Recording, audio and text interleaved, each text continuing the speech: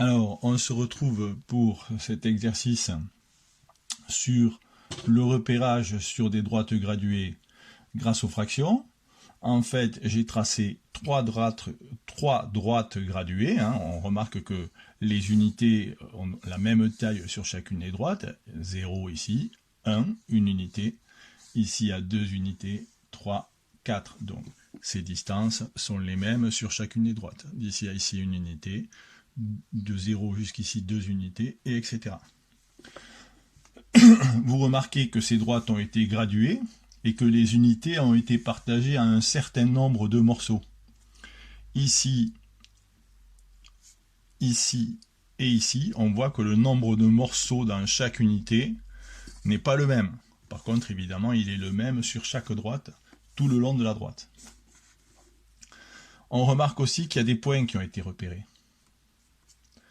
Le but de l'exercice, ça va être de repérer et d'écrire des fractions qui permettent de repérer les endroits où sont ces points, de placer d'autres points qui sont indiqués ici, et de calculer des distances, par exemple de A à D, d'exprimer en fractions d'unité la distance entre certains des points qui sont là. Pour pouvoir faire ce travail, c'est plus facile si on télécharge cette feuille que j'ai mis sur le Drive. Vous pouvez la retrouver à partir de la page de démarrage en allant dans Travail à faire. Essayez de faire ce travail, puis avant de le faire, mettez la vidéo sur pause parce que sinon là je vais corriger tout de suite. Ok? Donc mettez la vidéo sur pause, faites ce travail et puis on regarde ensemble.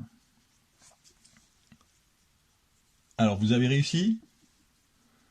Si vous avez eu des soucis, ne vous inquiétez pas, je vous donne une petite aide et vous démarrerez ensuite. Pour pouvoir démarrer, il faut bien regarder en combien de morceaux ont été partagées les unités. Je rappelle que dans une fraction, le nombre d'en bas indique en combien de morceaux sont partagées les unités, chaque unité, et le nombre d'en haut indique le nombre de morceaux auxquels on s'intéresse. D'accord? Donc il faut bien regarder ça. On voit que sur cette droite graduée, par exemple, les unités, chaque fois, ont été partagées en 4 morceaux égaux. Ok? On voit que ici, les unités ont été partagées à chaque fois en 3 morceaux égaux. 1, 2, 3 morceaux. Et ici, les unités ont été partagées 1, 2, 3, 4, 5, 6, 7, 8, 9, 10 morceaux. Donc, on comprend bien que ici, puisque c'est dans chaque unité, il y a 4 morceaux, on va avoir affaire à des quarts d'unité. Ici, 3 morceaux par unité, c'est donc des tiers d'unité. Ici, 10 morceaux par unité, donc ce sera donc des dixièmes d'unité. Maintenant, première question. Donc, pour ceux qui ont eu besoin de cette aide, mettez pause à nouveau et essayez de faire le travail ou de le corriger si vous n'aviez pas fait attention à ça. Pour les autres, je vais corriger. Si vous vous apercevez dès le début que vous avez fait plusieurs erreurs et que vous comprenez que vous êtes trompé pour la suite, mettez sur pause à nouveau, essayez de corriger sans regarder la suite de la vidéo, puis regardez la vidéo pour voir si votre résultat est bien correct. Vos résultats sont bien corrects. Donc première question, écris une écriture fractionnaire qui convient sous chacun des points A, B, C, D, F, etc. Alors, ici, on est bien d'accord qu'on est en quart d'unité. Donc ici, de 0 jusqu'à A, par exemple, il va y avoir 2 quarts. Pour D, de 0 à D, il y a 4 quarts ici, 5, 6, 7 quarts. On aurait pu aussi écrire, par exemple, une unité, plus 1, 2, 3 quarts. 1 plus 3 quarts. Je change de couleur pour qu'on ne se mélange pas et qu'on voit mieux ce que je fais. Et je corrige en rouge maintenant. Ah, D, oula, alors je vois que D, il y a un petit problème, parce que le point D, il n'est pas sur une des graduations en quart, là. Donc on va le laisser pour l'instant, celui-là, on le fera tout à l'heure. On passe ici, pour B. Alors B, il est sur une droite qui est graduée en tiers. Si on part de l'origine et qu'on va jusqu'à B, il y en a combien de tiers? 1, 2, 3. 3, 4. Donc B, c'est 4 tiers. 4 tiers.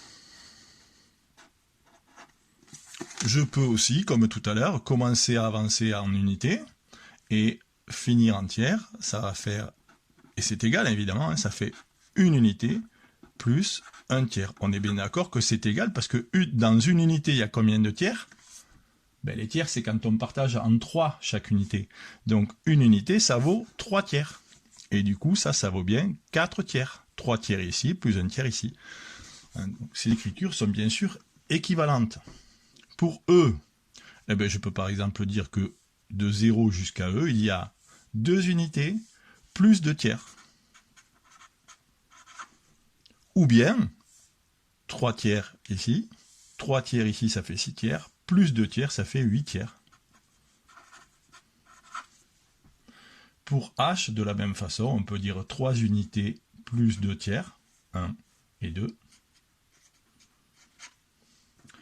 Sachant que dans une unité, il y a 3 tiers, si j'ai 3 unités, je vais avoir 9 tiers, plus 2 tiers, ça fait 11 tiers. Je peux le vérifier en comptant. 1, 2, 3, 4, 5, 6, 7, 8, 9, 10, 11. J'arrive bien ici à 11. Et puis enfin, les valeurs sous les lettres qui sont sur cette droite qui est graduée en dixième. Eh bien, ici, on peut compter, on voit qu'on va arriver à 8 dixièmes. Ici, on est à 19 dixièmes. Qu'on peut aussi écrire une unité plus 9 dixièmes, ou 2 unités moins 1 dixième. Tiens, je vais l'écrire, celle-là, 2 moins 1 dixième. En effet, si je pars d'ici, que j'avance de 2 unités, j'arrive ici. Si j'enlève 1 dixième, j'arrive bien à F. Et puis pour I, eh ben, je suis à 3 unités plus 1, 2, 3 dixièmes. 3 plus 3 dixièmes. Et 3 unités, puisque c'est des dixièmes, ça vaut 30 dixièmes, donc ça fait 33 dixièmes. Alors, on peut revenir sur G. G, qu'est-ce qu'on s'aperçoit, G? C'est qu'il est au milieu, là, entre ces deux graduations. Ces graduations, c'était des quarts. Donc, d'ici à ici, c'est pas un quart, en fait, c'est la moitié d'un quart. La moitié d'un quart, ça veut dire qu'à la place de partager les unités en 4 morceaux, on fait des morceaux 2 fois plus petits, donc on en fait 8. C'est comme si on faisait, en fait, ça. On partage l'unité en 8. Et donc, pour aller de 0 jusqu'à G, eh bien, il faut avancer de 3 unités, plus 1, 2, 3, 4, 5, mais sauf que là c'est des huitièmes, puisqu'il y en a 8 dans l'unité. Celui-là il est un peu compliqué, hein. Vous pouvez éventuellement le laisser comme ça. Alors, ensuite on nous demande de placer au bon endroit les points M, qui vaut 2 plus 9 dixièmes, N, 2 plus 2 huitièmes, pardon, et P qui vaut 2 moins 1 dixième. Alors évidemment, il faut les placer sur la bonne droite, hein. Parce que sinon, on est embêté, les fractions ne coïncident pas. Par exemple, 2 plus 9 dixièmes, on ne va pas s'embêter à la placer là ou là, puisque les dixièmes, ils ne sont pas repérés sur la droite. Si on ne veut pas se tromper, il faut le placer ici, sur la dernière droite. Donc, M, 2 unités plus 9 dixièmes, eh j'avance de 2 unités, et j'avance encore de 9 dixièmes, donc ça veut dire que j'arrive ici. Le point M, il est là. 2 plus 9 dixièmes. Le point N, il vaut 2 huitièmes. Alors les huitièmes, là, on n'en a pas de huitièmes. Par contre, on peut réfléchir. Les huitièmes, c'est quand on met 8 morceaux. Là, on en a mis 4 morceaux. Donc c'est assez facile de faire apparaître les huitièmes. Il suffit de partager chaque quart en 2. Et si N vaut 2 huitièmes, eh bien, du coup, ça fait un huitième et un autre huitième. Ça fait un quart. N, il est là. Il vaut 2 huitièmes, qui vaut aussi un quart.